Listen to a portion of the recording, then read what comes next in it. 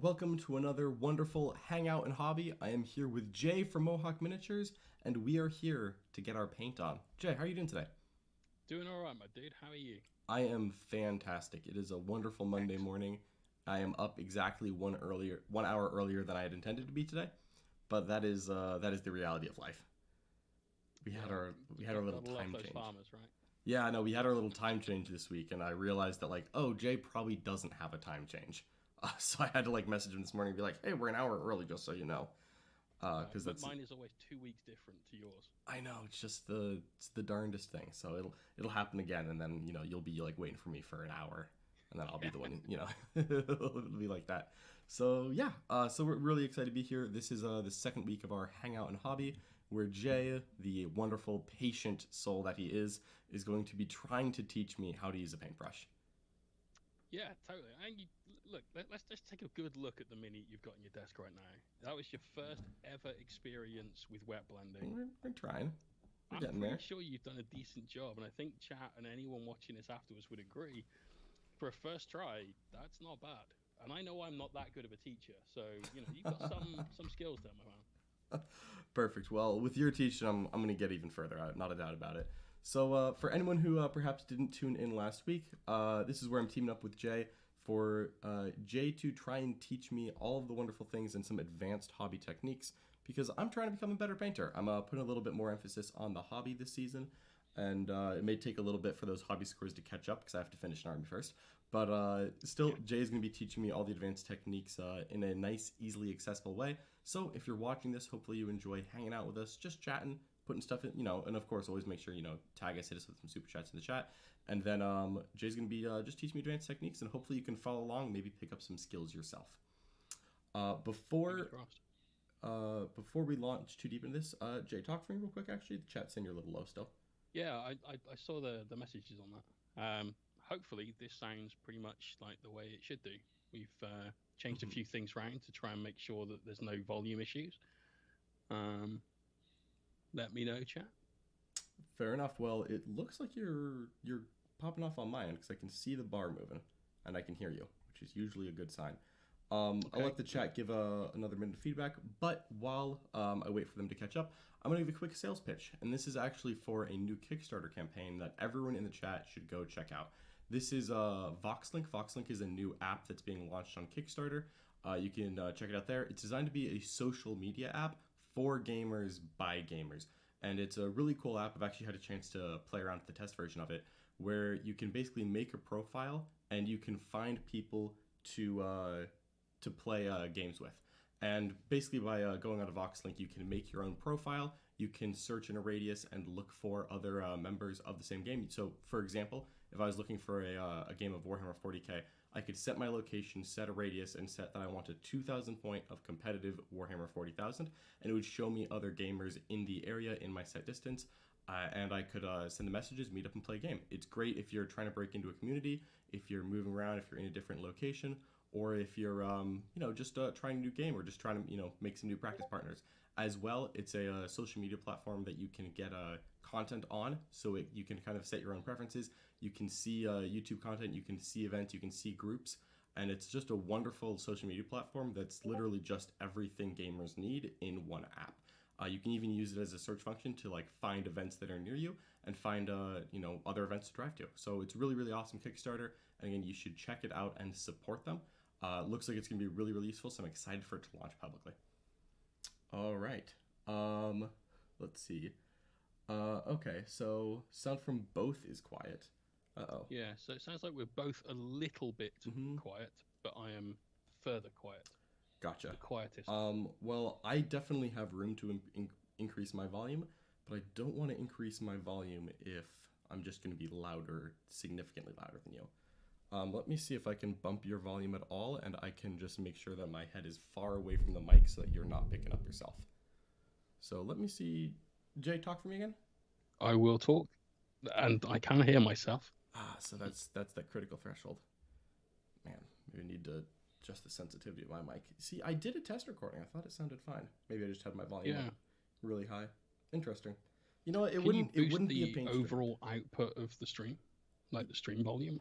That's what I just did. But if I boost it too loud, you Ah, can I hear see. yourself. That's what gave the Yeah, there seems to be a point because the mix is at about 80% right now. Sound Okay. is clear, just quiet. Ooh, much better, says Doomdog. Well, that's good. Okay. Jay, are you hearing yourself right now?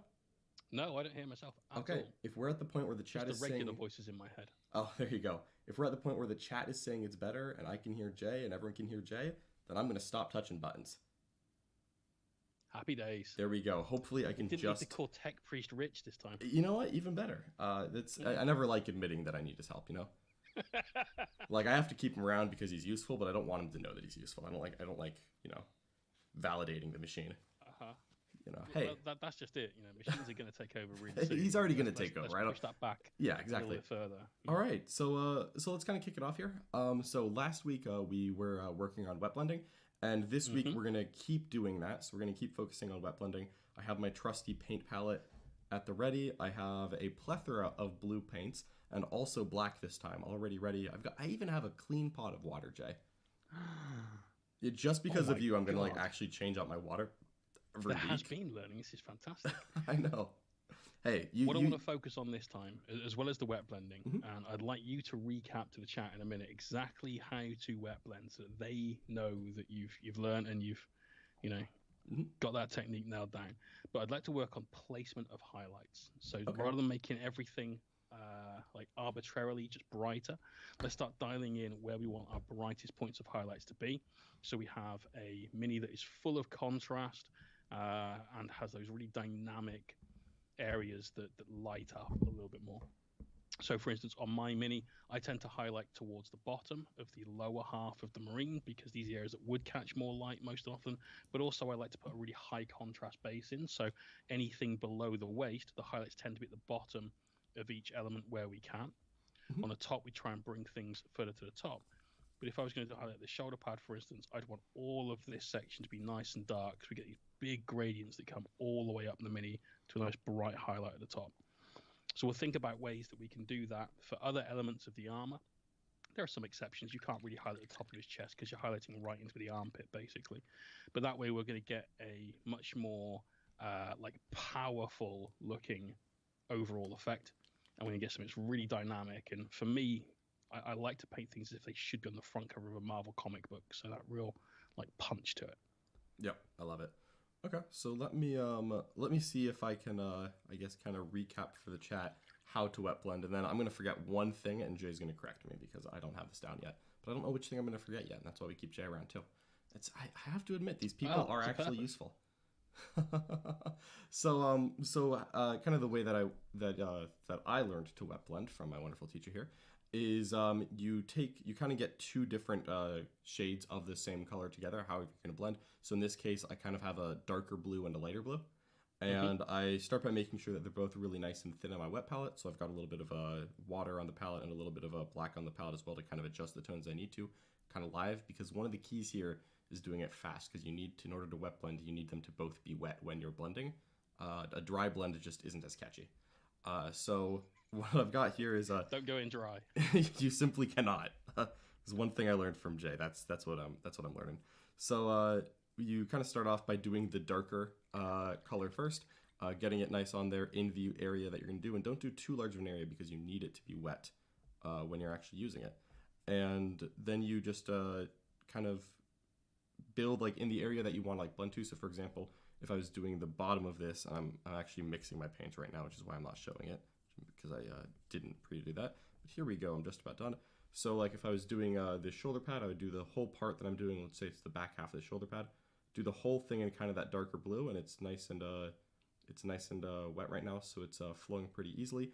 And then I'm going to clean my brush real quick, and I'm going to get that lighter blue, and I'm going to just put it towards the top because since this is the top half of the miniature, I want to work from the top down. And I'm just going to get that nice over the area, just kind of get it on there, and then I'm going to real quick clean my brush, get just a little bit of water on it, and then work on blending it down because if I want it to mostly be lighter on the top, because that's where I want the light to catch it, then I want to have just kind of start from the top and drag it down a little bit so that it blends together nicely, but it's mostly still showing the color on the top because that's where the light's going to catch it. And I think I might have watered my brush down a little bit too much here, but conceptually, I think I said the right words. The theory is definitely sound, my dude. Well done. Excellent. Well done. Well remembered. Again, credit to the teacher here. No, I think it was just the number of times I said it. I don't think there's any skill involved there. Just like constant repetition will do. Yep, definitely. But that is the thing with wet blending, though, is it is all about repetition. You do a blend, and it's the constant like cleaning of the brush and adding colors and that cleaning brush and mushing it together, and then doing the next step again, and then maybe doing it again and again on the same surface to get the blend right. Yep. And one of the things that we're hoping to cover today is use of glazes to help refine those blends even further. Yes, that so is sometimes you'll do a wet blend, and because you're working quick, it can be a little inaccurate, sometimes a little messy. If that's the case, then you can fix that with glazes. And glazing is the ultimate technique in painting.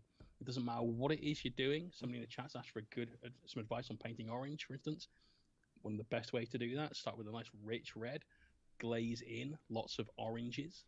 I use Trollslet orange and Ember orange from P3. I tend not to add yellow to the red because it muddies it, but a rich like crimson red. And you glaze and glaze and glaze, and suddenly you have a beautiful orange. It takes that time, but you can do anything with glazes. OSL, non-metallic metal. That's why we'll be learning glazes today, so we can do NMM coming soon. I am extremely excited for that. That's the way. And welcome to everyone in the chat, by the way. Thank you to everyone who has decided to join us this morning. We really appreciate you, and we like having everyone in here. It's fun. It's always best having a nice chat. So it's good to see that we already have a lot of people in here. So how's everyone doing in the chat? And is anyone hobbying along with us? I always like hearing. That's always my favorite question. Exactly. To ask. Like, what hobby are you doing while I'm doing this? Yeah, I just get excited when people are painting like the same armies as me. But yes. But now, of course, now that's kind of starting to grow a little bit. I used to like only paint like Imperium and Tyranids, but I've ended up painting a lot of Chaos recently for the chat. Nice. Or not for the chat, for the stream, for the stream house. What flavor of Chaos are we painting? So for the next week or two, I'm going to be painting a ton of Slaanesh demons. So many Slaanesh demons, in fact, that I actually submitted a pure Slaanesh demon list to a small local GT coming up. Nice. Which now means that I have to paint the army because that's how that works. Indeed. Yeah, no, I got myself. If list submissions open, you've already got about 2 weeks to paint the rest of that army as well. I've 5 days. I think I'm playing on Saturday. Okay. In my defense, I have already painted some of the army anyways, so I'm not painting 2,000 points. I am just finishing the army. I mean, you're talking to someone that frequently paints a couple of 1,000 points of stuff in a weekend for various stream events. So I know it can be done, John. You've just got to. Excellent. Oh, I didn't tell you. I volunteered you to hang out with me for a week while I paint this army. Sorry, I thought I sent you an email. Nice. In that case, I will volunteer you to hang out with me while I paint a Thunderhawk gunship in 2 days. That's nearly 1,000 point army. That's not so bad. Yeah, there we go. Some people are watching from work. Ruining veteran guards? I doubt that. Painted is always better than not painted, even if you're at a learning stage. And the fun thing about painting models poorly, which I know because I've done it many times, is that it means the next models will be better. So you're not painting a model poorly, you're investing in future well-painted models. That's how I like to view it. That's a really good way of looking at it. Yeah, yeah, that's how I justify all of the models. Thomas Edison thing, isn't it? I didn't fail 1,000 times at making a light bulb. I mastered 999 times of 999 ways of not doing it. So a bit like that. Yeah, a little bit, yeah. All right, just a little bit there. Awesome. Let's see. Oh, I was about to paint that, and then I realized that this guy has a robot arm, so we're gonna just leave that. Oh, you're going to enjoy the non-metallic metal silvers and stuff on there, then, clearly. Oh, I specifically picked out a model that was going to have a lot of different things. So this guy has a prosthetic arm that I will have to learn to paint soon. All right. Welcome to the dark side of playing demons, my dude. I've got a tournament in Germany at the end of this month, which means that, unfortunately, in the first Monday of April, I will not be free on the Monday. Wow, it's a pity. Well, we'll make sure that we're Tuesday hanging out hobby. I've looked at the times of like transit back from the airport, and unfortunately, there's just nothing that comes in after my flight that gets me back in time to do a stream. That is all right. If I'm being honest, tried very hard. That first Monday of April is actually going to be the Monday after the Streamhouse RTT. So if ever there was going to be a Monday where I'm going to be completely exhausted, it'll be after I have, won the Streamhouse RTT. After you've won it. After I've won it, yes. Excellent. Because obviously I You're allowed won't to be lose exhausted early. after a victory. Yeah, because if I lose early, I would have the whole weekend off. And the way that it goes, anytime I'm in a lose and it's convenient situation, because that comes up. What always happens is that I lose the last possible game, so that I simultaneously didn't win the tournament without getting any of the free time of getting out early. I'm very consistent about that. Like every time there's a pre-tournament, like the Nova Invitational, that one, it's if you play all 4 games, then you've reached the finals, and then you're really tired for day 1 tomorrow. So naturally, I won my first 3, lost the 4th. I'm like, great, I got no sleep without the rewards. Heck yeah. Nice. Always had to do it. I got the opportunity to take part in the LGT Invitational, so same sort of deal. Wow. But I did not make the same mistake you did. I instead got matched into Yokul, who was one of the Icelandic national team, who was playing pre-nerf Leviathan Nids into my knights, which is a pretty foregone conclusion. Yeah, no kidding. I've met Yoko before. He's a nice guy. He's solid. He's really clever as well. Mm-hmm. He stood there looking at the board for a little while. He had some advice from friends and other players on what to do against my list, and he deployed. And he's like, right, okay, I'm happy with my deployment. And we rolled first turn. He got first turn. He went, okay, I did not want that. I raised banners. That's the end of my turn. Over to you. Like, you bastard. I needed you to move forward, and you didn't. That's it. I've lost. It's the art of doing nothing is very important. Yep. And speaking of LGT, I'm really hoping that I can make my way over there this year. Oh, that'd be great, dude. Yeah, I'm really hoping. I'm kind of, the way I'm looking at it is that I'm planning to do Warhammer Fest, because I've never been to the UK. You? I've never been to the UK, but I'm planning to be there in April. Oh, bro, I will be there. Excellent. We'll just do it live. Running my really trash Thunderhawk army, so I'll wave at you from the very bottom of the table. Look, I'll talk to Mike Brandt, see if we can get a little round 1 pairing going. Mate, if you lose to that Thunderhawk list, you may as well quit the Art of War. That's all I'm saying. All right, that's a ballsy bet. No, I'd be eternally ashamed when that. I mean, but doesn't the Thunderhawk have to deep strike now? It does, yeah. It has to turn up turn 2. There you go.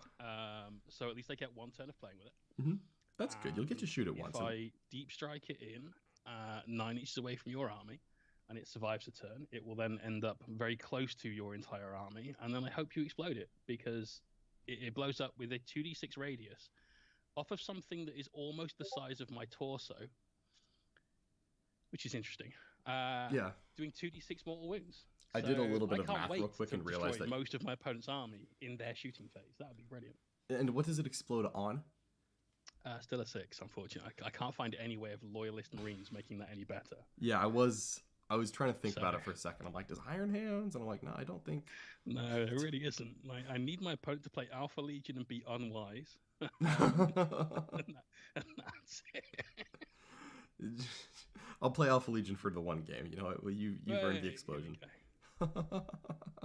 Oh, too funny. And that Thunderhawk, that's the thing that you're painting. Not painting at the moment, obviously. That you have far behind you. I don't know if you can see it on camera at the moment. If you lean over a little bit, there we go. That's a very large gray chunk right there. Yeah. So that's being painted the weekend before Warhammer Fest. That will be the stream's 4th anniversary, and that Thunderhawk's being given away. So Beautiful. That will belong to somebody in the chat on that stream. You'll be able to enter for free. There'll be no need to subscribe or any of that sort of thing. You know, it's very, very fair that way. But you might, depending on the donations that come in throughout that weekend, the donations unlock additional prizes. Ooh. And the additional prizes, I'm looking to my left at the moment, and there is 4,000 points of Marines here that will go with that. So you could win an entire Space Marine army and the gigantic Thunderhawk. But the proviso is I get to play 1 tournament with it. That's all. I think it's a low price to pay for a free Thunderhawk. I think so too. Yeah, considering that in the price increase, damn, that thing got expensive. Now I gotta ask: is this 4,000 points of Arcs of Omen Space Marines or 4,000 points of Nephilim Space Marines? Because that's like a 2,000 point difference. That's like 6,000 points of Nephilim Space Marines. Yeah, sort of. Well, it's for the entire thing that's being given away is 4,780 points. Oh. But we're splitting 500 points of that off to give the somebody like a boarding action army, which I know is a very popular game mode now. And it's a nice like runner-up prize, I think, having just a nicely painted 500-point Marine force for you. So yeah, somebody else with the Thunderhawk wins a little over, well, it's a little under 4.5k of Marines in arcs. Which means by the time you've added in like chapter master upgrade and a few other bits and pieces, you're closing in on 4.5, 5k. Yeah. Now I haven't actually played boarding action yet, so I'm kind of curious if anyone in the chat has, because I'm hearing that it's actually pretty fun. I know, like, because the Arcs of Omen series, I think, is just like introducing all the boarding action rules. And I haven't found the time to play it yet, but it does actually sound like a nice pickup way to play 40k. It sounds very interesting. The thing that I'm kind of the most intrigued about is you have very, very stringent army selection rules, which I think is kind of good for a small game. It stops someone taking like some absolute dirty cheese. Like you can only have min or max size squads, so sometimes you're just not going to use some points because you just can't fit something in. I can't take one extra intercessor or whatever, which I think is fun. And you're limited to the number of elites that you can take, and you can only take one elite. So trying to write the list has been Didn't they also a little tricky to get a fun, balanced but still decent force in that rule set. Yeah, and didn't they also put a caveat in there that like you can't take units that fly? Oh, I don't know. I think I heard about that. So like no jetpack boys. Yeah, so like I think and Tau might have gotten an exception because they don't have units that don't fly. But because that's actually how I found out, is because I heard that they put an exception in for Tau, and I'm like, wait, does that mean that like Vanguard veterans are just like hucking it around on foot? Which I've always wanted. Bizarrely, you can actually still take Vanguard veterans on foot. It's just I've never seen them. Yeah, exactly. It's like Foot Death Company. Like I'm like aware that they exist, but like I'm not convinced. It's kind of like Nessie or Bigfoot. Someone's got a blurry photo of it. Yeah, like somewhere in the wild. And that's the only time Nevin's ever known. There's definitely like a picture of somewhere. There's a picture of like Walking Death Company painted by the heavy metal team, and you're like, oh, cool. They come with bolt guns in the kit. Wouldn't have guessed. They're the angriest man ever with a bolt gun. Yeah, I love that they do that sometimes, where they have like, like they give you multiple choices while also telling you what the right one is. Yeah, it's like, yeah, you can give this guy a bolt gun and a backpack, or you can put them on your tactical marines. Well, I remember when everyone that had Death Company suddenly realized that it was better to take a Death Company man with a chainsaw and a bolt gun than a chainsaw and a bolt pistol, and so many arms were being snapped off all around the world at that point, I'm sure. Yep. Oh, not a doubt, yeah. And it'll happen again, but magnetizing marines is just like a little inconvenient. That'll happen again. Yeah. I don't know, magnetizing space marines, though, is just always just like a tad bit annoying. Like, it's doable. It's laborious. Yeah. Ooh, that's a good word for it. There you go. Yeah. Plenty of work. Anyway. I once... God, did you play in 7th? I can't remember if we... I have played every edition from 4th on. Ace. So do you remember the Iron Hand's successor chapter? What was it Sons of the Gorgon? That got rules. Oh, Clan Rockin'? Yes. Yeah. Oh, yes, yeah. Rock on. That was great. My chapter master, because I was playing those Sons of Medusa. That was it. Oh yeah. Had he was on the bike. He had like various arms for like Thunderhammer, Power Fist, whatever. And I decided that I couldn't be asked to paint that many shoulder pads. So I magnetized the shoulder pad to the outside of his arm and the arm to the mini. So I had to paint one shoulder pad.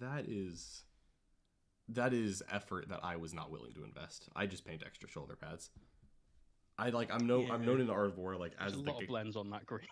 Yeah, that's fair. That's fair. Yeah, I guess my paint process may have been a little less time intensive than your magnet process. Potentially. Right. Just paint it blue, easy. I'm going to get on with the shoulder pads on this guy. So we're in a big coat of that dark blue to begin with, then quickly coming in with the mid-tone blue, and we're keeping our brush strokes moving up towards the top, because every time you remove your paintbrush from the model, a little extra bit of paint gets left behind.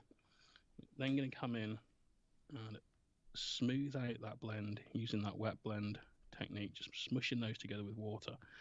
But we've kept the highlight really kind of only the top half of that shoulder pad. Now we'll refine this. This will take like 3 or 4 coats of paint to do. We want this bit down here to be really, really dark, and then this bit up here to start getting to that brighter area like we've got down here. So we'll let that dry, we'll work on the other one at the same time, and we'll bounce back and forth between the shoulder pads so we can get those highlights being built. Okay, I am going to try to replicate that right now. For I too have a shoulder pad that's in need of paint. Excellent. Yeah, you can't leave these shoulder pads unpainted. I feel like the shoulder pads is like one of the most important parts of a Space Marine to like get right. Massively.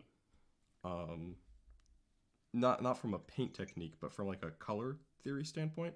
My Space Marine army literally got twice as attractive looking once I learned that if I just put like yellow on the edges of the shoulder pad, and like not with any advanced technique, it just made the army look better from tabletop level. And the thing is, just because people had to look at it. Yeah, I think with Marines, one of the most important things is like you said, the shoulder pads, but the backpack as well, because every mini has really a maximum of 3 focal points. Any more than that, and it's not really a focal point anymore. It's just the whole thing, which is a bit it can be a bit distracting. Outside of that scope. One of them should always be the eyes of the miniature. A lot of people say the face, but really you can dial that in even further to being the eyes. So helmets with glowing eyes really help to snap the attention forward to that point. But the shoulder pads are always right next to the head. And that's where your shoulders usually are. Mm-hmm. We'll make exception for Chaos Boys here and there, but that's it. And so you've got something that is right next to and in line with the main focal point in the miniature. And then the backpack is like a backdrop just for that. So if you imagine you were painting this as a bust, you'd have maybe this much upwards, and that would be the thing that frames the head, the face, the helmet, whatever. So these are really important to paint well on a Space Marine because they're right next to that focal area. But also you can use, like you said, just like yellow, for instance, or another contrasting color. It could be a metallic. It could be something black or very dark if you've got bright colored Marines. If you've got very cool colored Marines, you'd use red or something similar to really fire the attention towards that main focal point that you're after. So you want everyone to look here. You've got these little extra tricks that you can do to force that attention even further in. That's the kind of knowledge that I need, because anytime I can like work smarter, not harder, like understand what makes a model look good other than just try to be technically perfect at every aspect of it, that's what I need in my life. Because obviously just paint everything perfect is like, low level good advice, but understanding what actually makes a model look good, that's really important, I find. Yeah, exactly. The whole get good bro thing is not useful at all for anyone. One of the things that you can look at is something that's called pathing. And pathing has existed as a sales tool, like a marketing tool, for decades. Go and look at like old movie posters from the 80s and 90s and so on. It's super, super apparent in those. You'll have something that's like a title along the top. Then you'll have normally at some sort of diagonal a line that comes down the poster and another line across the bottom. And that's because in the Western world, we read left to right. So the line will push your attention from top left to top right. You'll follow down the page and then go bottom left to bottom right. It's called a Z path. And then we can do things like that with minis where maybe you've got somebody with a flag. Your eye will be drawn to the flag, and then you bring that eye down the flagpole by using lighter elements on the mini. And then you're sort of in that route, and you can then get the other path on the bottom between the mini and the base. So by using basically just marketing tools like that have been shown to work and have worked on all of us. At some point, we've all been tricked into buying something we didn't necessarily need or whatever because it looked cool or it was. I fucking know how many of you. You think Warhammer hobbyists are going to find that relatable, Jay? Come on, get real. It could happen. Yeah, I totally don't have 1 box of Age of Sigmar in my car because it was pretty. That's not even a lie, by the way. I have exactly 1 box of Age of Sigmar that I've like ever like bought with money, and and it was like yesterday because I was like just in a game store like picking up a thing of paint. I'm like, oh, that's cool, and I just kind of grabbed it. No way. I, like made Well, it there you halfway are. like to the car before I realized what I had done. I'm like, did I just like wait a minute? Brilliant. See, it works on everybody, even the pros. Oh, absolutely. No one's immune. You simply cannot be immune. It's the funniest thing. Yeah, it all works like that. And having geometric shapes on your model. Mhm. Have you ever tried to make something look random and had a really hard time doing it? Yes, Like battle damage or something like that? Camouflage paint. There you go. Great example. Yeah, because like I'm painting camo on all my like tanks, and I'm trying to make them not have the same camo pattern. But then like my mind just autocorrects to doing the same thing every time. Do you know why? I don't, but I have a feeling I will soon. You might. It's because you have been conditioned. This is not some like tinfoil hat crazy theory or anything. Maybe it is though. You have been conditioned to recognize patterns. Now, that's a survival instinct originally. So 10,000 years ago, when we were trying to work out whether it was safe to drink water or whether that thing in the bushes was a tiger or whatever, we learned to recognize patterns. In the modern world, that is being used for, again, advertising and so on. If you see, for instance, a tick on something, like a nice curved tick, one line, you're looking at a Nike advert. Yep. Right? If you see the little line in the circle that Pepsi do, you're looking at a Pepsi advert. Okay, That's you true. just know, you recognize that pattern. And you're used to recognizing patterns, which means you're then getting used to replicating patterns. So I was a chef for 10 years. Some of that time was spent working in a Michelin star restaurant where things have to look like they have naturally fallen onto a plate and not being placed on a plate. And that's a really, really hard skill to master. And I wasn't particularly good at it, so my plating took me a lot longer to do than everybody else's. But we worked on it. And it's breaking up patterns, so not putting things in. And if you put 3 things, it's guaranteed a triangle, but not making that an equilateral or a right angle triangle. Not putting things in lines and so on. That's a really, really difficult skill. But you can use that as an artist to, again, force the people that are looking at your models to look at them in certain ways. So let's say we did, let's say this guy had a chainsword that was slightly further up, and his bolt pistol was raised, so he's shooting at something that was flying.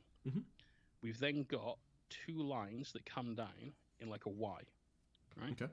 If we paint one color along both of those, so we painted both of these things red, we start to get these 2 arrows basically that force the viewer's attention in on the miniature. Gazgol's a really good example. Let me grab the box I've got here with Gaz in it. One sec. Kind of excited to see this. Oh, it's not painted, so No, still, I'm more just excited to kind of like see the theory in action. Okay. Somewhere in the studio, then there's a Gazgol, and I'm not entirely certain where that is.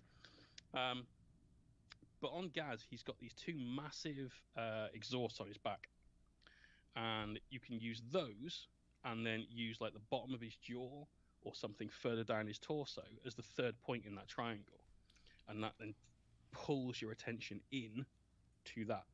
So it's a really good way of creating these focal points on models that give you a very definite, like, I'm looking at this point. You can use things like the golden ratio as well, which is, I'll explain this really badly, but it's basically if you divide the width by the height of something. No, hang on. Is it height by width? It could be. But basically, instead of putting something in the middle of a long object, you put it like a third in or 2/3 in. So a third in from the other side, essentially. Yeah. Because your eye is meant to follow this shape, this rule, and that again helps you to force attention to create a focal point. Now on minis, that's really difficult because they tend to be tall and thin. Mm-hmm. But if you're doing things like dioramas or something like a tank, for instance, in fact, a tank's a good example. Let's say you wanted to really emphasize the symbol, the icon for your regiment. If you put it 1/3 in from the back in that kind of height by width ratio, then it will look better there than it will just further over by, say, 1/2 inch in either direction. It's weird. Okay. It's useful, but it's weird. Yeah. See, I thought I was just gonna like learn how to wet blend, and then Jay's just like dropping all kinds of knowledge bombs on me. But Well, like you said, the technique is one thing. Mhm. Like learning how to do a thing is great and all, but if you don't have all the extra bits of knowledge that go past that, then it doesn't really help. Yeah. Get like half of rather than all of. Yeah, because like I noticed that, and I guess my experience with it is that I kind of noticed it by accident, which is that and again, a lot is going to be relative in this example, but I get a lot of compliments on my Marines, and I don't consider it to be a particularly well painted army. Right. But like I noticed that like it's very eye catching, like when you're just like That on the helps. tabletop looking down.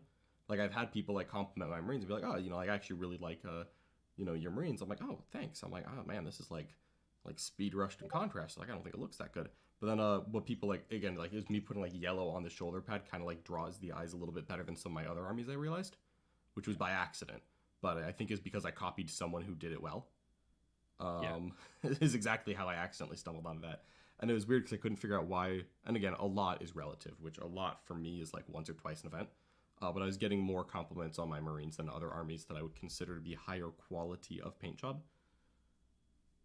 Nice. And That's I realized because useful. I had the theory part of it a little bit better. Like my knights are painted in Mhm. yellow and black hazard stripes Which I love. everywhere. I Like love hazard it's stripes. all yellow and black hazard stripes with like the odd bits of steel in there, a few bits of blue. Mhm. And the whole point of that is that you can see that army from miles away. And yellow is one of those colors that people find very difficult to paint. Once you understand how, it becomes crazily simple and very easy. And I love painting yellow as a result. Is the secret to base coat pink? Say again? Is the secret to base coat at pink? No, but pink works really well. Yeah. Like if you want warm yellows, that's one way of doing it. For me, I prefer using more of an orange into pink, though my Nurgle Demons, which are entirely painted yellow, did start off with pink undertones and a magenta oil washes to really push that warmth and high contrast. But for my knights and things like that, I tend to use oranges. So I'll use like an ochre color as my base coat. So Tower Light Ochre is a GW version that is probably about right compared to what I use, but I use a color called Bogrim Brown from P3. I think this got a little bit more power behind it, and therefore that makes it easier. Yeah, I think I use fur brown from Army Painter work for all my up others. to yellow, but the real secret is coming back in after you've done all the yellow and just adding in your contrast shading and so on, which is one of the things that we'll be doing on this Marine, hopefully reasonably soon. I'm still working up my highlights. We've got the shoulders to about 60% done. We need a few more blends there and bring it up to that brighter point. But you can see we've got this super dark here, going all the way up to nice and bright right up here on this top edge. Very nice. And we'll refine that with some glazes shortly and so on. Because John's going to learn all about how to glaze today. Oh, so next week we can potentially I'm very excited for that. Not wet blending. We're doing wet blending. The other one. Non-metallic metal. Oh man, you're getting me excited here. That's one of the techniques that I've really been looking forward to. One of the reasons for that is that I have a power claw that I really need to paint, but I like keep telling myself like wait for it. Like do not rush to do it when you're going to be able to do it so much better soon. Well, we're going to teach you the technique. The thing with non-metallic metal is that there is no, like, I mean, Christ, every painter, myself included, has done guides on how to do non-metallic metal. At this point, I've probably got 4 or 5 of them. And the reason you have to keep doing the guides is because everything is different. Yeah. Every time you do NMM on something, you have different shapes, you have different angles, you have different metals, you have different finishes. Is something clean and polished? Is something maybe a little bit dirty, tarnished, and so on. So you're saying we need to understand the process, not just replicate. Yeah. That's very not 40k of you. The Imperium would disapprove. I am quite definitely a heretic. Take one look at me. I've only seen you as an Imperial Knight player. I don't want to know that. Yeah, but you do know that color scheme is basically loyalist Iron Warriors. That's my favorite kind of Iron Warriors. In 30k first edition, I played loyalist Iron Warriors. That was my shtick. Nice. Get in. See, I knew I liked you for a reason. Absolutely. I didn't know what that reason was, but now I do. God, I didn't know what the reason was either, but I appreciate it. Let's see. Right, big thanks, by the way, to someone just throwing out a super chat there. Oh, thank you so much, Relic Scuppin. Appreciate the support. Just want to support the painting episodes. Go Art of War. Pretty cool. I only edge highlight. Very excited to try this. Relic, one of the reasons that Jay is here is because I, too, only edge highlight with a lot of dry brushes. Sometimes I edge highlight with a dry brush, and apparently there is more to life than dry brushing. Supposedly. That'd be sick. Yeah. I used to work for GW, and I worked in the studio for a little bit, not doing like heavy metal painting and stuff. That was a very small team of dudes. It's still a reasonably small team of dudes, but I worked in basically like an army painting department.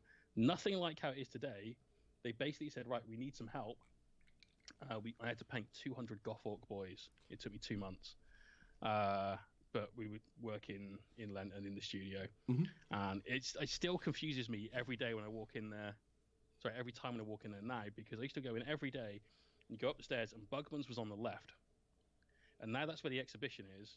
And Bugman's is now at the end of the event hall, which, like, again, very different to how I was there. And that used to be where the staff canteen was. Okay. So I'm constantly confused going in there, which is crazy. Even now, it's still a problem. But painting GW style is a style that evolved from the fact that their minis had way more detail than the average toy soldier back then.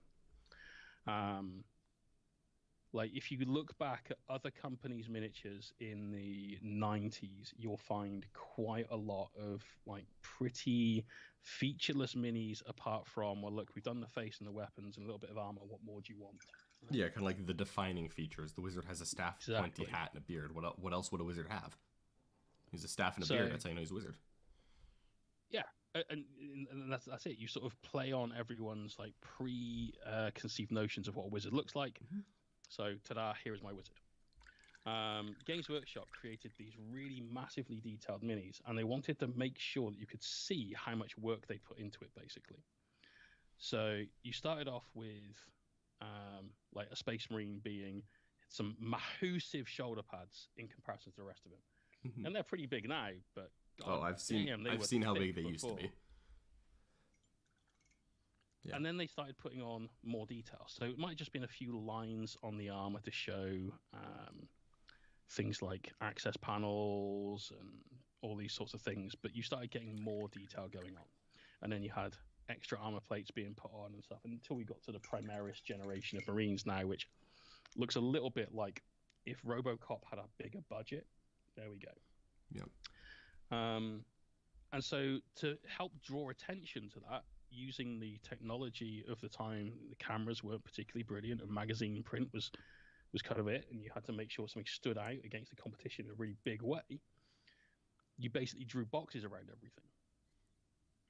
And at that point, that was what you needed to do to make sure your mini looked good in comparison to everybody else's. And that's fine. But we don't need to do that anymore. And it's a very unrealistic method of painting. Not what I do is certainly not realistic. It's very, very stylized in comparison. But I find it's a little bit more me, really. Yeah. and I think it looks cooler. Having a lot of the darkness there is good. Also, as a commission painter, you're always balancing the amount of time it takes to do a project, which also is the amount of effort, versus the amount of money you're being paid for it. Like literally, time is money as a commission painter. So if you can find a way to paint minis quickly and effectively, have them look cool as hell, and still be technically good as well, you're not skimping and cutting corners on that, you're onto a winner. So for me, where I put more effort into recess shading, which takes less time because you don't have to concentrate as much, it's easier to fill a recess than it is to get a nice skinny, tiny highlight on something. So it's easier from that perspective as well. I can spend more time doing that than maybe someone else, but I can spend a lot less time doing the much more technically exacting, super nice, fine edge highlights. Achieve the same result in terms of a mini that has all the relevant, and that's kind of the important part, the relevant bits of detail given their attention, and have something that looks really, really cool. But I can do 10 Space Marines in the same time that Navy Metal Painter does a Space Marine. No, that's impressive. Especially with an airbrush. Like this wet blending stuff is a thing of the past, John. Oh, we're gonna have a series, no doubt, of these where I hook up my airbrush in this room. For I do have a fully armed and operational airbrush, but it is in a different room. And I'll figure out the perfect way, and I'll have Richard help me with this part for sure. Where that's like right. It's not just picking up the burr the whole time, because there's always a little bit of background noise with an airbrush. But I bet I can. There is. Yeah. I bet I can get a little mic set up that's gonna make that not a problem. Yeah, no, that's definitely my goal. I'm definitely a work smarter, not harder kind of person. And I'm willing to work very hard on it, but like if there are ways to make it look better without just be like, oh, John, simply put 1,000 hours into each guardsman. Because yeah, I'm pretty sure that if I put 1,000 hours into each guardsman, I will definitely get best painted at Nova 2099. Or maybe my child will take it in my stead. You might be the last hobbyist alive though. Yep. You're sort of a by default method. Right. But that's not practical because I need to be able to like finish painting an army while also, doing my job. All right, I think I've got just about every part of this guy wet blended, although I'm going to redo this shoulder pad because I think I could do it a little bit better. Let me remix some more dark paint. Ooh, pardon me, I'm a little sniffly today. Everything apart from the backpack, essentially. So what we can do now then is we can start looking at ways to refine things. I purposely just now messed up this shoulder pad. You can see it's very heavy brush strokes all around here. It's not a great blend at the top. Yeah, I too purposely messed up this whole model. The whole model? That's an investment. I like it. But the reason I've done that is so that we can move on to doing some glazing, which, like I said earlier on, is like the key to miniature painting. It doesn't matter what you want to do. If you can glaze, you can get it done. It's very, very simple. Glazing itself is actually simple. There's not a lot to it. Just like wet blending is a case of put two bits of paint on a mini and sort of smush it together. The base theory of glazing is extremely simple. Like wet blending, though, the execution does require practice and does require knowing just a few things to make your life very much easier. So we'll make sure we cover those in good detail. Essentially, with what a glaze is paint that is really thin. Okay, now you can use various expensive and weird mediums and stuff. Plenty of places will sell you glaze medium or something like Lamia medium, flow improver, all these things. I never use any of them. Ooh. Just use water. Just need some high quality H2O. Just the crispiest water in the morning.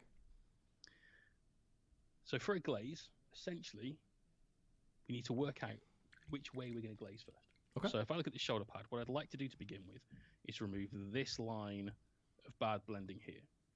So to do that, I'm going to glaze from here into the shadows. So we now know I need a dark coloured glaze. Okay. So what I do is I'm going to go to our palette, get our darker blue, here. I'm going to make up just a little bit more of that. It's literally just a mixture of black and blue. And don't ever be afraid to mix paints, guys. This is what we've been doing for many, many, many years before GW brought out 100 new shades of paint and so on and so forth. Yeah, which has been really convenient, but you can't forget the old ways. Absolutely, and it's great if you're doing an army. You know, Mm-hmm. Definitely not against buying paint because I have. Yeah, let's not talk about how much paint we have. Yeah, I'll send you a picture sometime of my paint rack. It is thoroughly extensive. Yeah, mine's a solid barrier between the studio and the kitchen. Yep, which is nice. Yeah, definitely. If you're painting a whole army, consistency is really important. So having those pre-mixed paints is perfect. But when it's 1 minute at a time, or you're doing something like a character, don't be afraid of just getting like, I need a dark blue, so blue and black, or blue and like really dark purple, or something like that. You know, you can do some nice chromatic shifts with it. Never take your paint and add water to all of this, because medium, which makes up your paints, you've got like pigment, and then you've got a load of other chemicals and stuff in there, make up your medium. The medium is designed to evaporate reasonably slowly, certainly slower than water. So what you want to do is take some of this paint out of your pool, your like master pool of paint, and then just start adding water to it. Now, you'll notice the paint starts to behave differently on the palette the more water we use. And you kind of want to get to a point that's a little bit like when, and if people in the chat have not seen Terminator 2, firstly, Philistines, it's a bit like when the T1000 starts to come back together again, right? So look at how the paint, if you separate it out a bit, necrodermis, it all starts to flow back together. Next thing you know, Super Carp is chasing you, and you're in trouble. Mm-hmm. But your paint should start to behave a little bit like that. I'm just going to add a tiny bit more water to it. I think we're good. Now, a tip for anyone glazing, test it on your thumbnail. So just a few strokes of paint, let it dry. Because of your body heat, it should dry really, really fast. Right? Now you can see that we have this line of blue on my thumb. It's kind of a dark blue, which is good. You can also see right through it to my thumb. Yeah. Now for me, a glaze is paint taken to such a thinness that you should do probably somewhere between 10 and 15 coats of paint before you get to fully opaque.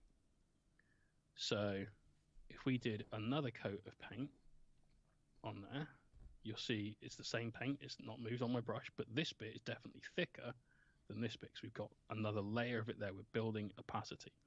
And the way that glazing works to create a nice smooth transition on something is we keep covering over smaller and smaller elements of our work till we get to a point where at the very end we've got something that's fully opaque. You see here I've gone a little bit too quick and we've pulled up some of the paint there, but you can see this section here is darker than this first section we put on, which looks very pale in comparison. Okay, you happy with the theory there, John? I'm getting the theory here. So retouching back to it, how long did you say it should take to dry my thumbnail? Oh, seconds. And if it takes longer than that, have I perhaps gone too thin? No, you've probably just put too much paint on. Oh, you know what? That also actually makes sense too. I'm looking at my brush and realizing that you have called me out perfectly. That's all right. We were waiting to get to that point because I figured if you were going to make a mistake, that would be the mistake. And that is the second thing that you need to know about glazing. The first thing is getting your consistency right. Okay. The second thing is do not overload your brush.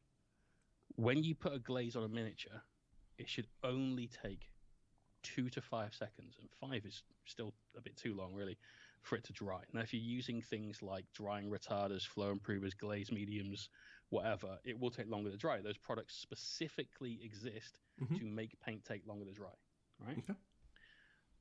But for just water, that evaporates really quick, okay? So if it takes too long, you've put too much paint on your brush. If there's too much paint on your brush, guaranteed you've put too much paint on the model. Okay, yeah, that math checks out. Cool. Now the third thing you need to know about glazing. It sounds weird when I explain it, so I hope you stick with me. Okay. You always move your brush from the point of the lowest impact on the model to the highest impact on the model. So in this case, we want the lowest impact to be here, the highest impact to be here, okay? Because we're going to glaze a darker color into our shadow. Gotcha. Right? If we're glazing highlights, we go from this side to this side, lowest impact to highest impact. Mm-hmm. The reason behind that, I'm going to overload my brush just to show the point here, is when you do a line of paint on something, it comes in nice and smooth, you lift your brush up and you get this happen. Yeah, that little it's dot. An extra dot of paint, right? If we're trying to glaze a transition on something, we want that transition to be smooth. And if we start with that, it's going to look like an Andy Warhol painting and not like a nice smooth glaze like we want. So obviously not ideal. So make sure your brush doesn't have much paint on. If you've mixed a glaze, I always advise wash your brush, dry it. You can do what I do, or you can use a paper towel like a civilized person. Entirely up to you. Yeah, I swear I'm a civilized person. See, I got one. Excellent. There we go. Put a small amount of paint on the brush, and then in nice flowing brush strokes. Don't do like little scritch scratch, like sketching style. Take your paint from like I'm going to go from here, so way ahead of where that line is. I'm going to move that brush stroke all the way to the back of the shoulder pad. Okay. So you might need to change the orientation if you're mini, but try and use nice sweeping brush strokes to do that. Let it dry. Again, it won't take long. And you just do on a shoulder pad, for example, are you going to do like the whole pad in one quick coat and then take a minute? It's hard to because of the curve. So you usually need at least like 3 or 4 brush strokes, but you'll notice sometimes they're coming in from the top here, and sometimes we're inverting the mini essentially and coming in from the bottom there. Gotcha. To keep the smoothness of those brush strokes. But let that dry. Otherwise, you end up with this happening where you're removing the top layer of paint. Imagine that paint gets a skin on the top, like custard or soup or something. And your brush basically is coming in, grabbing hold of that and ripping it off, leaving you something that you can see through to the underneath. So you do need your paint to have dried. And essentially, repeat as you need to smooth out. You'll notice that the more of this you put on, the fainter the paint that was underneath it looks to you now, because we're putting those small extra coats on one after the other. And you should start to see the line between what you had before and what you've got now blur a little bit. And when that happens, you know you're on the right path. Try and keep each coat of paint you put on, though, ever so slightly smaller than the last. So like I showed you with the thumbnail, the more coats of paint you've got, the more dramatic the effect becomes, the more obvious it is. Yep. We don't want to have essentially the manufactured line here where our glazes always started in the same place. So move that back ever so slightly and do it again, and then ever so slightly and do it again. And we're talking like tenths of millimeters. Yeah, and I'm not super accurate, but close. I'm not going to be subjecting anyone's headphones to this, so don't worry, chat. But theoretically, is this one of those instances where a hairdryer is useful? Yes, but if you're having to use a hairdryer to dry your glaze, it means I need to get good. That's fair, yeah. It always comes back to essentially put a very small amount on your brush, put a very small amount on the model. It'll dry quite quickly, and you can move on. If you're finding that you do have a little bit of a harder time with a thinner glaze for whatever reason, this is where you could be batch painting stuff. So let's say, for instance, I'm one of those people having one of those occasions that we put some paint on here, we'll move it to the part of the model, and we'll start smoothing out this bit with our glazes as well. So we'll bring down into the shadow there, and you can refine things all over the model as you go. And by the time you've finished like 2 or 3 bits, the first bit's probably dry enough for you to go back and do that area again. Yeah, that's very useful for me because I am definitely a batch painter. Hey, it definitely helps in those sorts of things.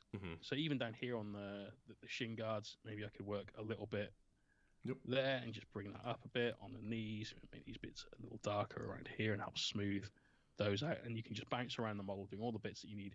You get into like a pattern, a routine as you go. I love glazing. Sometimes, and it doesn't happen very often, but sometimes just to chill out, I will sit and paint a power sword. Because with a power sword, let's say you want to make a nice blue transition here, you'll just start glazing up towards one end. And then you'll come in, you'll do that like 10 times, you'll put a little bit brighter blue in, but you'll start here at that point, you'll glaze up again, a bit more, and you glaze up again. That's one of those things I'm going to ask you to teach me, Jay. Power weapons are going to be on the list. Dude, it's such a fun thing. Like once you get the hang of glazing, it's very relaxing because it's that like almost mantra-like thing you're doing. You just happen to be doing a physical version of that, not a verbal version of that. So I find it really, really relaxing. Just put some music on, normally something with like a nice heavy guitar or something to it, and just sit there and glaze. You didn't strike me as a guy who liked heavy music. There's a limit. Like when the lyrics stop being lyrics and become like angry white boy. Yeah. At that point, I've better check out. But if I'm having a bad day, there's nothing wrong with some like Viking death metal on in the background. I was completely teasing, by the way. The Mohawk gave it away. Just a touch, right? Just a touch. There you go. Hey, when I was younger and I had more hair, but less facial hair, I looked like I could be Sid Vicious's actual twin. I did a lot less heroin than he did. Well, that's good. Did none. You know. Okay. Yeah, that's the amount I recommend personally. Yeah, I think 0 is a healthy amount of heroin. Yeah. But I looked exactly like Sid Vicious. So it was weird. I remember watching a documentary on the Sex Pistols, and I looked up and I'm like, "Why am I on TV?" Was the literal thought that went through my head. Like, this is weird. That's good. I luckily don't have a celebrity lookalike, but then of course I have the name, so I still get the jokes. That is true. Yes.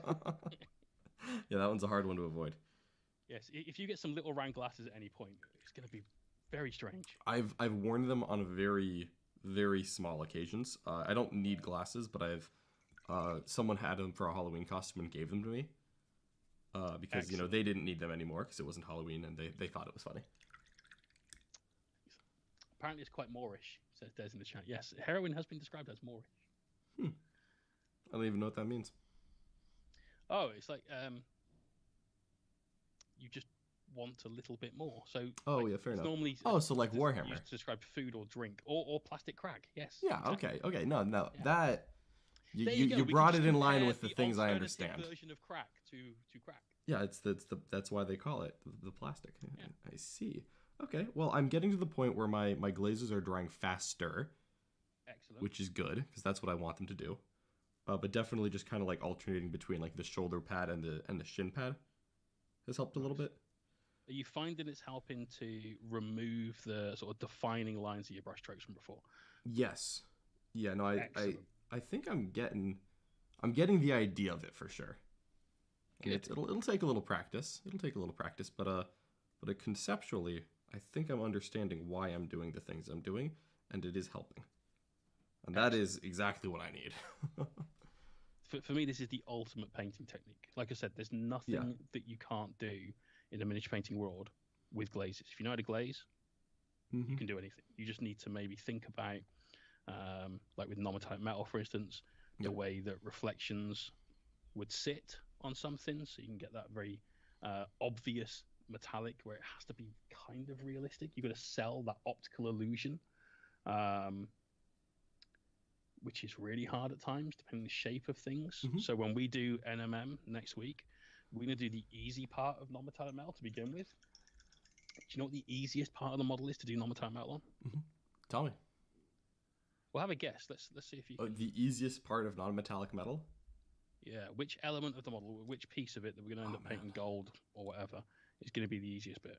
I was going to guess that the easiest part of NMM was going to be lording it over your friends, but I'm going to say that the second answer, I'm going to guess it's the Aquila right in the center, right in the chest. Yeah, absolutely. Oh, excellent. Do you know why?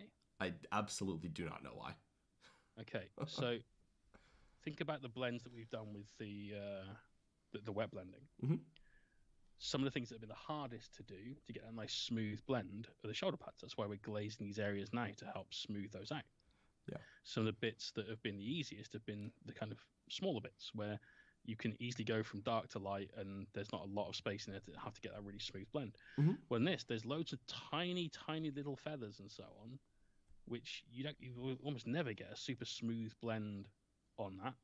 Even the guys that do non-metallic metal and are winning like Crystal Brush, their blend isn't super smooth. If you like look really close into it, it's going to be close. Yeah. But it is going to be mostly like one color and then some very high contrast extra steps to make it look on a small scale like a bright reflection. You don't need to have that technical mastery of smooth blending. So this is definitely the easiest section to do. It looks like it should be the hardest because of loads of little bits. Doesn't mean it isn't time consuming. It just means it's straightforward. Shoulder pad trim, that's where shit gets real. That's where it's a little harder. Right. Okay, I see. With my glazes, I have managed to eradicate the vast majority of the bad brushstrokes that we purposely put in here. Yeah. And we've got more bad brushstrokes to deal with at the top now. So how do you think we do this? Think about what we've just talked about with glazing and how we make our brushstrokes move. What do we do now? Oh God. Man, I'm gonna be wrong, and that's okay. It is okay. My guess is honestly that we're gonna go back in and kind of restart with a lighter color and go in and like do like another trend of like wet blending with like a little bit more of a lighter color and do it like kind of like a highlight, and then we'll come back and do a glaze over that as well. You definitely could. Okay. I think that from what I've got here, I don't need to do more wet blending. What I need to do is just refine the blend that I've got. Okay. So essentially, I'm going to skip that middle step and go straight to more glazes. But this time, I'm going to take my glaze and move from the point of lowest impact on the model, which will be here, to the point of highest impact, which will be up here against the sort of cuff of the shoulder pad where the trim is. So I'm going to move this way now with our glazes to help build that up. And what we're going to do to begin with is work in our sort of mid-tone to / first highlight. So this was our base coat that we used, this darker blue-black. I'm going to maybe make a mix of our mid-blue and our highlight blue, but very heavy on the highlight blue in comparison. Yeah. So I've got something that helps to bridge that gap a little bit. Then as before, we've got our pool of paint, our master pool. We take from there some of that paint and thin that down with water until we get to a glaze again, and then we'll move that up. And this you can use on, again, any element of the mini. Think, well, hang on a minute. The highlight I did on my knee pad or this one part of my armor isn't particularly clean for the highlight, so you can use the glaze to help refine that step as well. Okay. So again, make a glaze, thin it down nicely, test it out, make sure you got the right consistency. It's looking pretty good. Clean your brush so you're not overloading it. Add a small amount of paint to it and start working those highlights in. Always, always from the point of least impact to most impact, and don't ever overload your brush. Okay, so least impact to most impact. Mistake that people make. All right. Because and I'm gonna go ahead and fill in for the chat and what I assume is correct, which is that if you underload your brush, you can just do it again. Yes. And overloading your brush is a lot harder to undo. Yeah, if you overload your brush, you get what look like watermarks. So if you've got a coffee cup and you put it on paper and coffee seeps into the paper, you get those like stains. It looks a little bit like that on the model. It's very easy to see if you've not put enough paint on your brush because you find yourself doing the glaze and go, oh, nothing's happening. If you've gone too far and put too much paint on, you probably don't realize until 15, 20 seconds in and it's still drying. You're like, Okay. That's exactly where I found myself. And if you do that, it's fine. On those occasions, you basically just take a little paint off your brush, wash it, dry it, start again. You might find that you end up with like a tide mark that happens between the blend where you're trying to get everything nice and smooth. So all you do is you go back to that step and you might glaze over that. You might need to glaze into the middle of it. So on a power sword, for instance, and when we're doing NML on the shoulder pads, because we need to go from a point of least impact to most impact, that's fine when you've got a defined edge. So we know this is the point where everything finishes. But on a power sword, you frequently see someone go from like a dark color to a light color to a dark color. If you're glazing the light color, it means you have to go sometimes from both sides into the middle. So you do like left to right and then right to left to meet in the middle. And you smooth out the middle a little bit as you go, bouncing back and forth. And that's why it's very important for a lot of people will describe glazing. They'll say, so you glaze into the shadows or you glaze into your highlights. And that's great. But sometimes people will not understand that if you're doing one, you do the opposite on the other one. So going from the point of least impact on the model to most impact on the model is a rule that is always true for glazing. Okay, so go from the point of least impact to most impact with whatever you're doing. So if you're glazing it to be brighter, you're going to be glazing from a darker point to a lighter point. And for glazing it to be darker, you're going to flip that and go from a lighter point to a darker point, depending on what 100%. The glaze is doing. Okay. Because you can use it for both. Wow. Exactly. Look at that. This is really cool, Jay. And once again, I feel like I'm going to have to do this every week. Thank you so much for coming on and teaching me things, because this is obscenely useful. And I'm going to try to do it justice and pick it up as good as I can. But I wonderfully appreciate you coming on and helping here. No, it's my pleasure, dude. Like I said last week, it's just hanging out with a mate for me. All right. If somebody in the chat also learns, even better. That's great. Yeah. Mike Peck. This is Jay from Mohawk Miniatures. There should be a link in the description. If there isn't, I will need to fix that immediately. But you can find him, and your Twitch channel is the best place for people to find you, right? Yes, definitely. So we're live on Twitch these days, 5 days a week. 5 days a week. Yes, I'm currently streaming on the internet 6 days a week because of this show. Which is great. Which day do you have your break? My rest day is Friday, which I still teach lessons on anyway. I can't have a day off. I don't like having. Basically, I've got a horrible neck injury that causes me to have a headache. I like to be busy because it helps me push that away, right? So I am always busy. I try to be busy all the time. But my Twitch stream for my own show is live twitch.tv/Mohawk Miniatures on a Tuesday, a Thursday, and a Sunday evening from 9 p.m. UK time. On a Wednesday and a Saturday, we stream starting 10 a.m. On a Wednesday, we might go through till like 2, 3 in the afternoon. Saturday, it's normally finished by about 3 or so. Every now and again, we do a weekend where time limits for that go out the window. Excellent. Such as this weekend coming, where I'm going to have to go and grab it. Like, I just have to. Is this the Thunderhawk? Yeah, it's the Thunderhawk. Show me the hawk. I'm fully in favor of getting a Thunderhawk on stream, whatever way we can. Because you will be the first Thunderhawk to make it on the Art of War stream. It won't fit in the top-down camera, because we only got half of it, but it's a bit big. Look at that. Look at that thing. It's bigger than my head, which is saying quite a lot. It's bigger than a cat. Yeah, I love it. Like a normal-sized cat. This is in 5 parts, because the thought of holding this all weekend while I paint it is terrifying. Yeah. Let me carefully put that down. But yes, we are giving away that Thunderhawk on the 22nd and 23rd of April. And to go with it, there is 4,000 points of new points Space Marines sat here.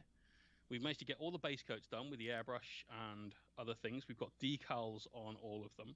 Ooh. And this weekend, myself and my girlfriend will be working from 10 a.m. Saturday morning through till probably the very early hours of Sunday morning, and then again Sunday into Monday, while we oil wash everything.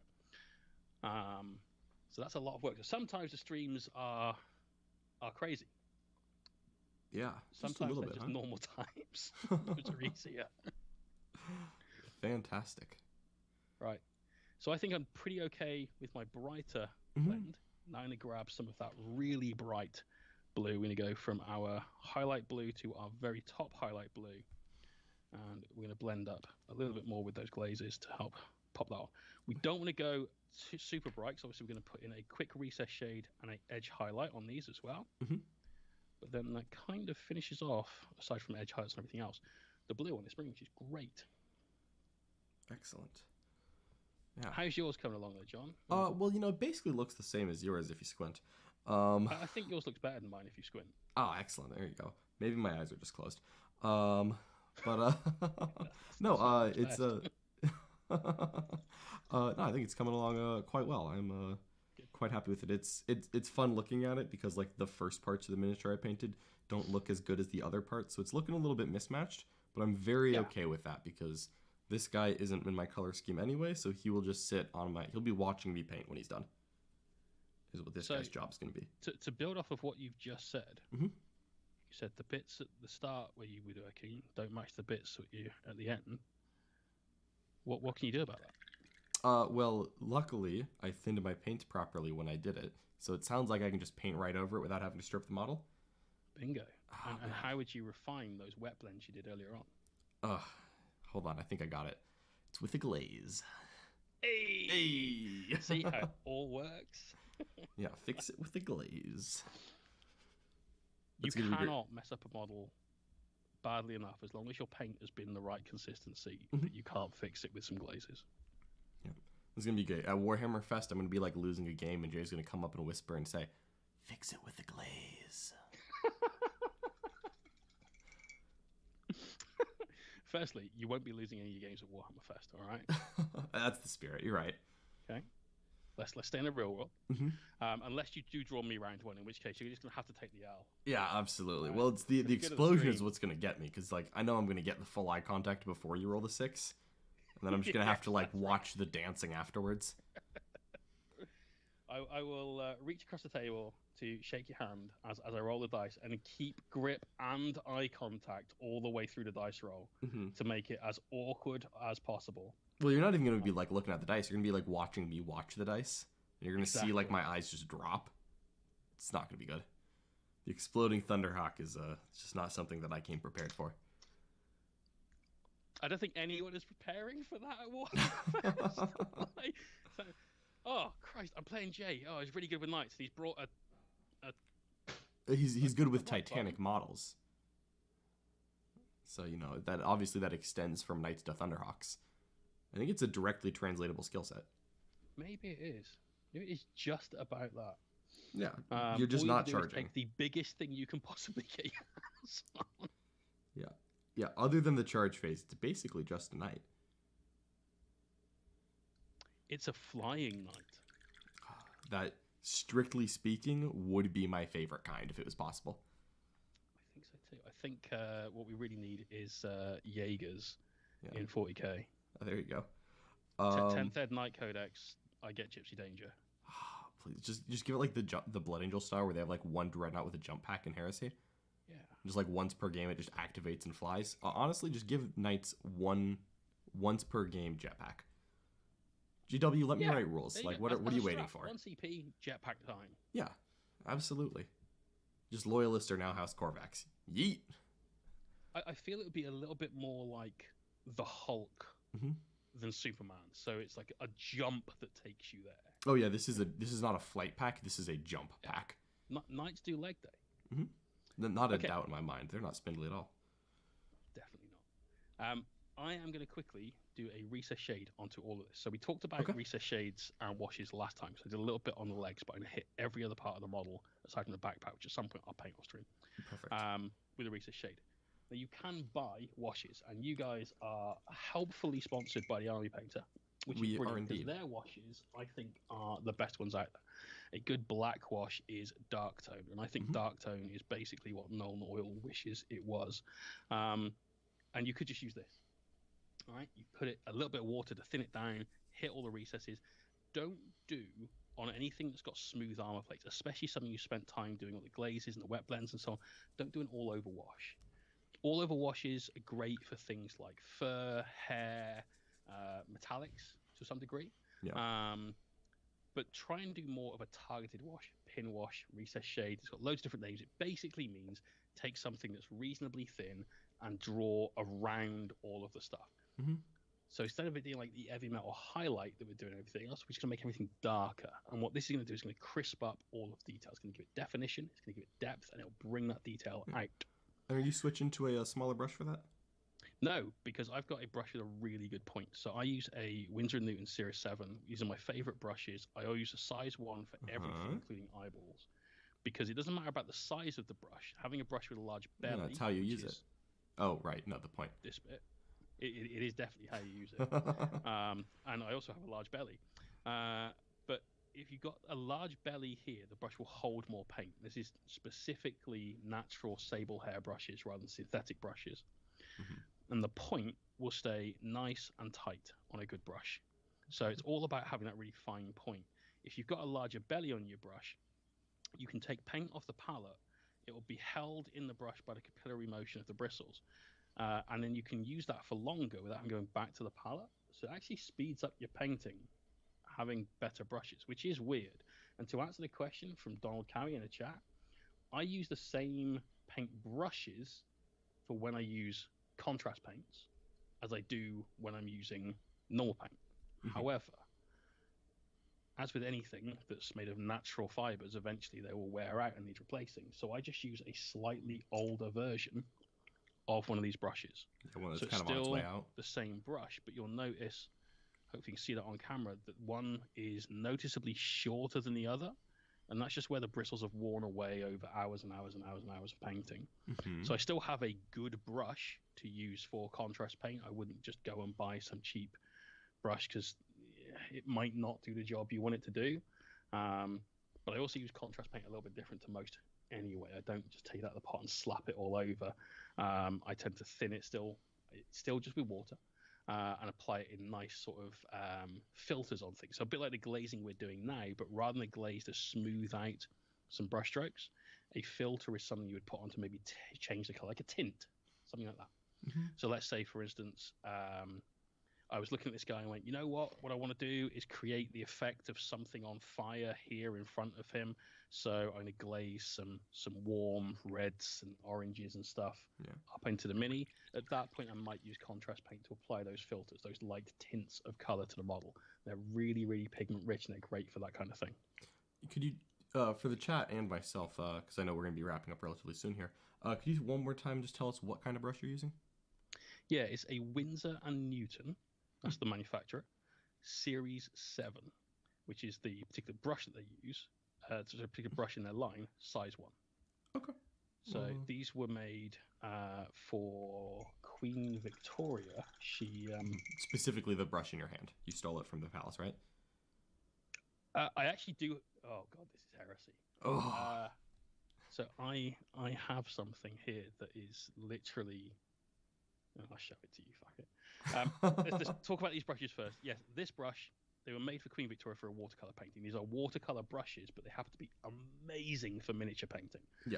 But I have kept in these little vials. I've got 3 of these vials. This is gold paint. This is alcohol-based gold paint.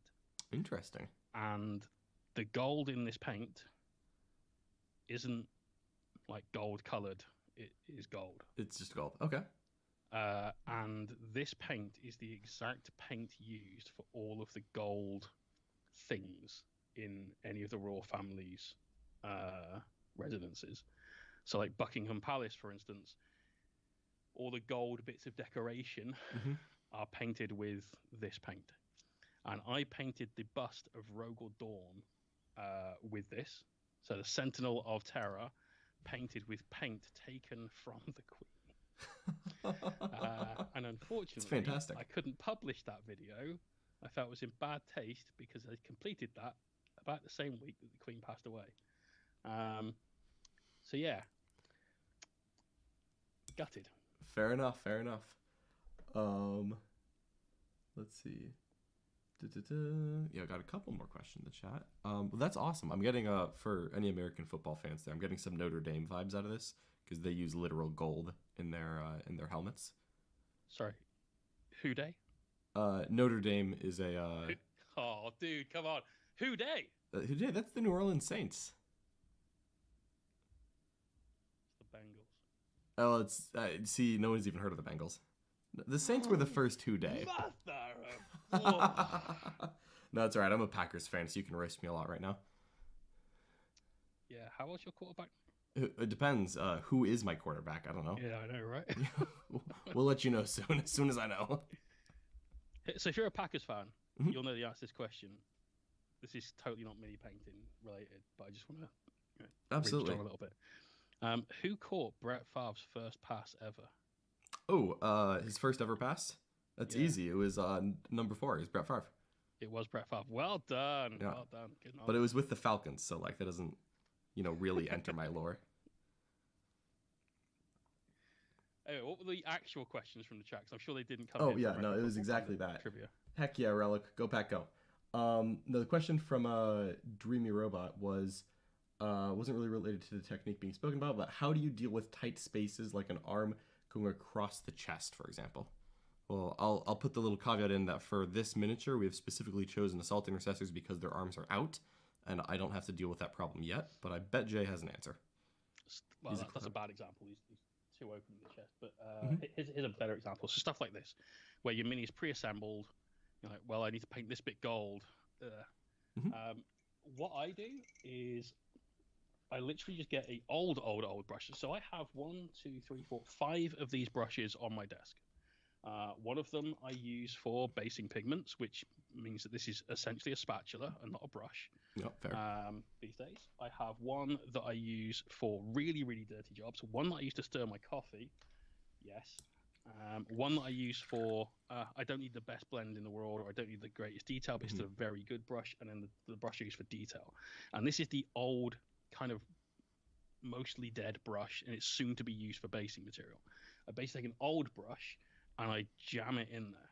Yeah. Now, you be reasonably careful not to paint it on the stuff that you don't want it to paint, but if you've got a really old crap brush, that's the best thing to use for it. If you're thinking about stuff like character models, where's a good example of one of these, perhaps?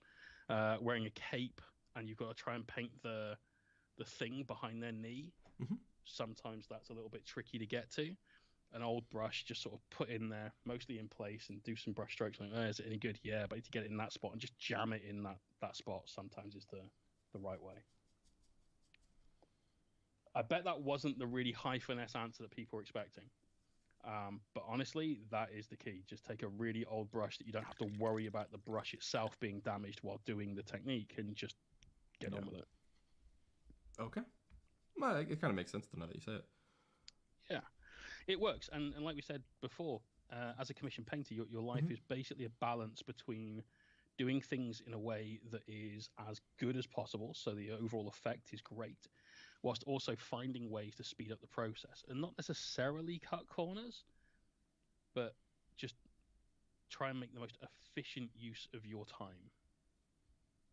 Yeah, because it's not just what's the best possible results I can get, because that's not practical to do on every single guardsman in the army. Absolutely. Like, if someone commissions me to paint a character model, that guy's getting all the bells and whistles. There are no shortcuts used on things like that. Maybe I'll use techniques like oil washing and stuff, which I know a lot of people would consider a shortcut. People I know all over the world consider airbrushing either a cheat or a shortcut in different communities. And yet I will do it. You're both absolutely right and absolutely wrong at the same time. But yeah, it's just a case of, like, is this the right way? No. Is it the right way right now? Yeah. Yep. And away you go. Gotta be practical with it. Okay, I like it.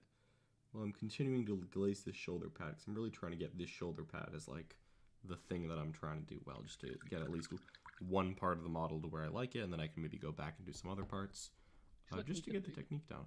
We're getting there. We're getting there. My camera's a lot more zoomed in than last year. Which is literally, like I said, take some black paint and then paint into all the little details, all the little lines and so on.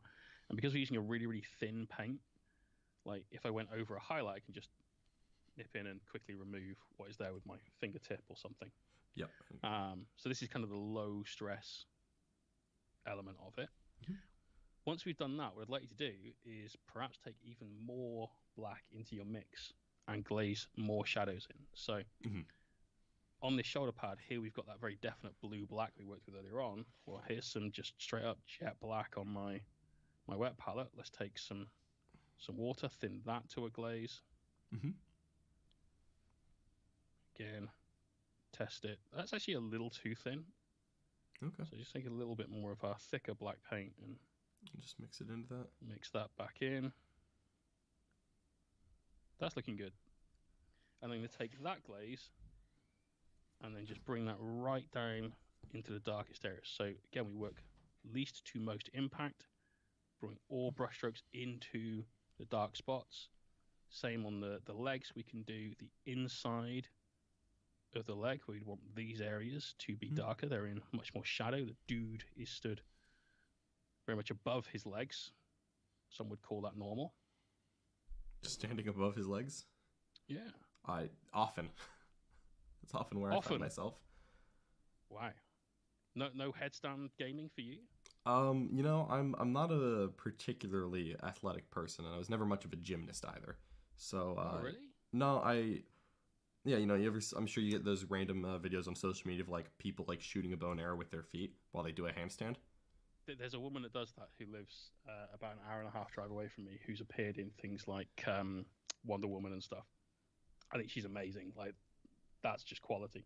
Yeah, that is quality, but it's not a quality I possess. Oh, okay. Who'd have thunk it? Yeah. Professional Warhammer player. Playing with my hands over here. I assure you, if my professional athletic career had taken off to the point where that was a moneymaker, I'd be on a different stream right now. As it is, this is much more fun for me. So we're doing it. I'll bet. Like, as someone that used to wrestle professionally, I can absolutely guarantee that it hurts like hell, and no one should do that. Yeah. No, please. I ran in circles around a track, but not as fast as the other guys. So I was terrible at that. Yeah. I was more of a run towards rather than run away from. So for me, like, we had to do mandatory cross country at school. Ooh. So that's not running on track. That's running through like farmers' fields. Oh, I did both. Usually mud. It was seasonal. I did just one in spring, one in fall. Oh God, that was the worst thing at school, because guaranteed it would take you the full hour of your sports lesson. You were probably not going to have time for a shower, or at least a good enough shower to wash all the mud off. And it was always cold AF. Oh, see, I got to do it in Florida, so I assure you, cold was not the problem. Do you not have cold in Florida? No, it's not really a thing. You should look into importing cold. Yeah, we do. It's nice every now and again. It comes in through the vents. Ah, there nice. you go. Yeah, I don't understand how people lived in this state before air conditioning existed, and I'm told that they did, but I'm like, nah, that's not possible.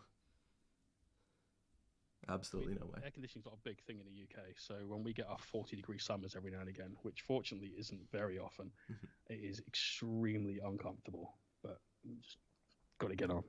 That was the biggest thing at WTC, was like our Airbnb didn't have air conditioning. No way. Which was normal, I'm told. And my hotel did though. That was good. Yeah, and then you remember, Jay, that it was a little bit warm this year, right? I have had to interview referees for this year's ref call. That's one of my duties as head judge, and every single one of them has been told, listen, last year the weather in Belgium broke all of their previous records for hottest day and hottest week and all that sort of stuff, so it shouldn't be like that again. But it was 45 degrees or so in that hall. Yeah. It was gross. You are going to sweat. Make sure you get comfortable shoes, etc., etc., etc. Right on. Rough. Well, I think, unless you've got another knowledge bomb to drop on me, Jay, I think we're about wrapping up on time here. I think we are. And that's a pretty good blue over the overwhelming quantity of the marine. Yours as well. We've got some nice refined blends with some really dark shadows now going on. We're getting there. You can see a small difference, but in some way, shape, or form, wet blending and glazing, which is good. Yeah, we're getting there. I'm learning things. I can see how I can do it better, but that is why we're doing it on the test model. That's all part of learning, though, isn't it? At some point, I have a couple of these assault intercessors ready. So at some point, I'm gonna go back and replicate on another test model to see if I can do it better, because that's always the fun part. You know, I think I still have like the first Ripper Storm I ever painted when I was in 6th grade.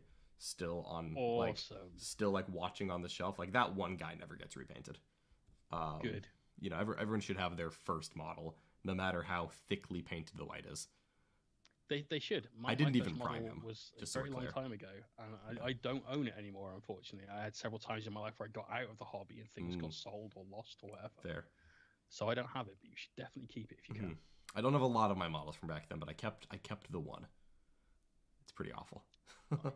Yeah, it shows you how far you've come. Exactly. And you'll take the techniques that you've learned over this week and last week's stream, and you'll start working on the army you're going to use for your best in show kind of army, and you'll see how far that's come from the model in your hands as well. Absolutely, I'm really looking forward to it. So, all right, so thank you so much as always, Jay, for coming on the show.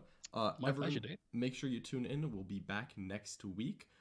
Jay, one last time, if people want to find you, they should check out Mohawk Miniatures on Twitch. I'll make sure that I've got a link in the description. If it might be there already, I'll check as soon as I'm not live.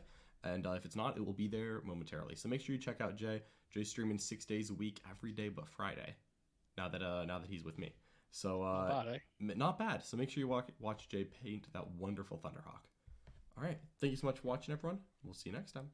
Bye-bye. Peace out.